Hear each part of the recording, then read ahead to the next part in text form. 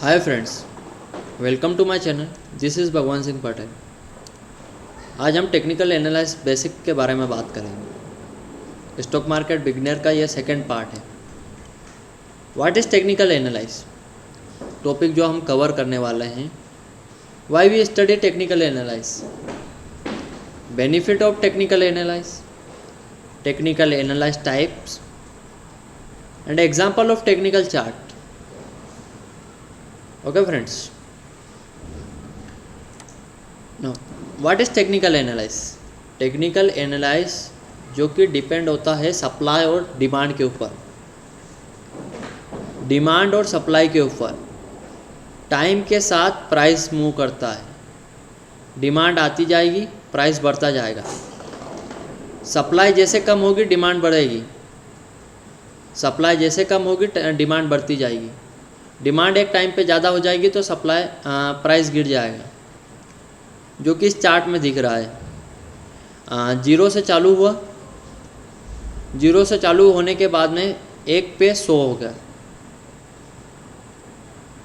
ठीक है friends, time के साथ प्राइस बढ़ता जा रहा है और टाइम के साथ प्राइस घटता जा रहा है। ये सप्लाई और डिमांड के बीच की चेन है। सप्लाई बढ़ती जाएगी, डिमांड बढ़ती जाएगी। एक टाइम पे सप्लाई एंड डिमांड दोनों जोन मिल जाएंगे, उसको बोलते हैं मिड पॉइंट। वहाँ से मार्केट अप ट्रेंड या डाउन ट्रेंड ले सकता है, वो और हम डिस्कस करेंगे लेटर में। टेक्निकल एनालिसिस एक डिसिप्लिन वे है, अनुशासन। अगर आपका शेयर मार्केट में अनुशासन नहीं है तो आप टेक्निकल एनालिसिस को एनालाइज नहीं कर पाएंगे। और एक टेक्निकल एनालिसिस एक अनुशासन चार्ट में भी होना ज़रूरी है। प्राइस के साथ एक साथ प्राइस एकदम बढ़ा तो नहीं है, एकदम घटा तो नहीं है। अगर प्राइस सही साथ चल रहा है, यानी कि डिसिप्लिन वे में चल रहा है, तो उस चार्ट के अंदर अपने शेयर में इन्वेस्ट कर सकते हैं। अगर किसी शेयर में 2%, 5% का सर्किट ब्रेकर लग जाता है तो उस चार्ट में आप सावधानी से निवेश कीजिए। आप देखते हैं बिटकॉइन अभी फ़िलहाल में 30% गिर गया। क्यों गिरा? क्योंकि उसमें एक तरफ की तेज़ी थी और वो तेज़ी भी 30-40% की तेज़ी एक साथ तेज़ी थी, जो कि वो संभल नहीं सकता। अगर चार्ट एक लेवल पे गया, उसके बाद में थोड़ी प्रॉफिट बुकिंग हो गई, उसके बाद में फिर चला, फिर थोड़ी प्रॉफिट बुकिंग हो गई, फिर चला, तो एक लेवल में चलता है तो चार्ट ऊपर जाने की अच्छी संभावना है, वहाँ से गिरने में कम संभावना है, चलने में ज़्यादा संभावना है। तो ऐसे चार्ट का एनालाइज कीजिए। ऐसे चार्ट कौन से देखें? निफ्टी 50 देख सकते हैं, निफ्टी नेक्स्ट 50 देख सकते हैं, निफ्टी 100 देख सकते हैं, मल्टी बैगर स्टॉक भी देख सकते हैं, लेकिन एक टाइम जोन में चलता हुआ, जो कि सप्लाई और डिमांड एक साथ चलती हो, सर्किट ब्रेकर ना लगा हो, ऐसे स्टॉक पे आप एनालाइज ज़्यादा कीजिए। फिर आता है why we study technical analyse. हमें क्यों पढ़ना है टेक्निकल एनालाइज? हम कर सकते हैं यूँ भी, बिकॉज शेयर मार्केट दो तरह से विभाजित है। एक फंडामेंटल है, एक टेक्निकल है। फंडामेंटल जो कि fundamental is very complicated and well qualifying people can analyse balance sheet ratio PROC। Fundamental बहुत ही कॉम्प्लिकेटेड है क्योंकि उसमें बैलेंस शीट को रीड करना एक अनुभव चाहिए, और वो अनुभव किसके पास रहता है? जैसे कि CA होता है, CS वाले, मतलब वेल क्वालिफाइड वाले पीपल के पास वो नॉलेज होता है कि वो बैलेंस शीट को रीड कर लें। रेशियो PROC क्या होता है, ये सब उन्हें पता रहता है। अब टेक्निकल कौन से कर सकता है? एक सिंपल सा बंदा जो कि 10 साल की उम्र का बच्चा भी टेक्निकल एनालाइज से शेयर मार्केट में इन्वेस्ट कर सकता है।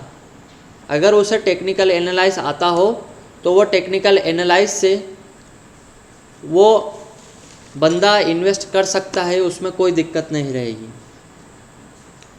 Technical analysis is simple, spend on time on technical data to find out the price trend. Price किधर जा रहा है वो आप टेक्निकल एनालाइज करेंगे कभी किसी चार्ट का, जैसे कि हमने यहाँ पे चार्ट का एनालाइज किया कि एक टाइम पे इतना बढ़ा, उसके बाद में यहाँ पर आया फिर गया। ऐसे चार्ट का एनालाइज करके आप उसको एक बेहतर वे में कन्वे कर पाएंगे कि क्या आगे कहाँ जा सकता है, कहाँ से कहाँ आ सकता है, क्या आ सकता है। और आगे हम जाते जाएंगे तो शेयर मार्केट के फंडामेंटल के बारे में बात करते चलेंगे, टेक्निकल का सपोर्ट लेते हुए आगे हम बातचीत करते रहेंगे और पूरा कोर्स कंप्लीट करेंगे। और आप आखिरी में जाकर एक वेल नोन पर्सन होंगे टेक्निकल के बारे में। ये मेरा अनुभव कहता है कि आप उस तक पहुंच पाओगे। अगर आप उसी वे में अगर आप चलते रहोगे तो आप बिल्कुल उसका फ़ायदा उठा सकते हो। अब आप आते हैं बेनिफिट ऑफ टेक्निकल एनालाइज। क्या फ़ायदे हैं टेक्निकल एनालाइज के? प्राइस मूवमेंट को जज करना। प्राइस मूवमेंट यहाँ से ऊपर जाएगा, नीचे जाएगा, कहाँ जाएगा शेयर को, उसको एनालाइज करना। फ्यूचर में प्राइस क्या रह सकती है, हिस्टोरिकल डाटा क्या बताता है, शेयर ने अभी तक की कितनी परफॉर्मेंस दिया है, कितना रिटर्न दिया है, किसके बेसिस के ऊपर देख सकते हैं, डे, वीक, मंथ और ईयर के बेसिस पे। आप चाहते हो तो डे के हिसाब से भी देख सकते हैं, वीक के हिसाब से भी देख सकते हो, मंथ के हिसाब से और साल के हिसाब से। आपके ऊपर डिपेंड करता है कि आप कहाँ पे सोचते हो। अब आते हैं टेक्निकल एनालाइज टाइप्स। अब टेक्निकल एनालाइज कितने प्रकार के होते हैं? Price trends, chart, volume, moving average, support and resistance और बहुत सारे हो सकते हैं। हम इसके टेक्निकल एनालाइज के अंदर जितने घुसेंगे उतने अंदर तक उसको जानेंगे।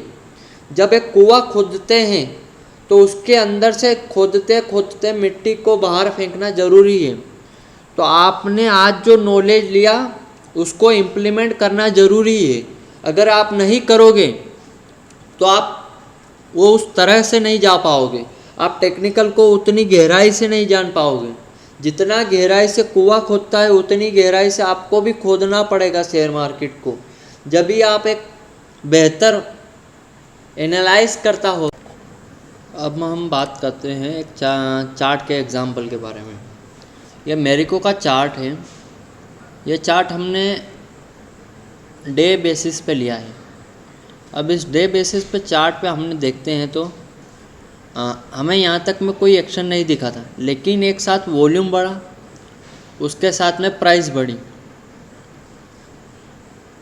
तो इस चार्ट के अंदर देख के हमें वॉल्यूम के साथ में प्राइस का अंदाज़ा लगा। तो इस चार्ट के अंदर हमें, इस शेयर के अंदर हमें इन्वेस्टमेंट करना ज़रूरी है, क्योंकि वॉल्यूम के साथ प्राइस का जब भी फॉर्मेशन होता है तो वो फॉर्मेशन आपको लंबे समय के लिए रिटर्न देने के लिए अच्छा रहता है।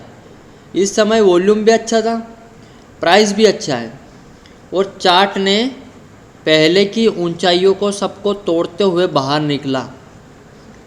ठीक है फ्रेंड्स, तो इसको देखते हुए आप इन्वेस्टमेंट करिए कि वॉल्यूम भी साथ में हो और प्राइस भी बढ़ता हो। ये नहीं कि खाली प्राइस बढ़ रहा हो और वॉल्यूम कुछ भी नहीं है। इस बात का ध्यान रखते हुए आप इन्वेस्टमेंट करिए। Thanks. Like and subscribe my channel.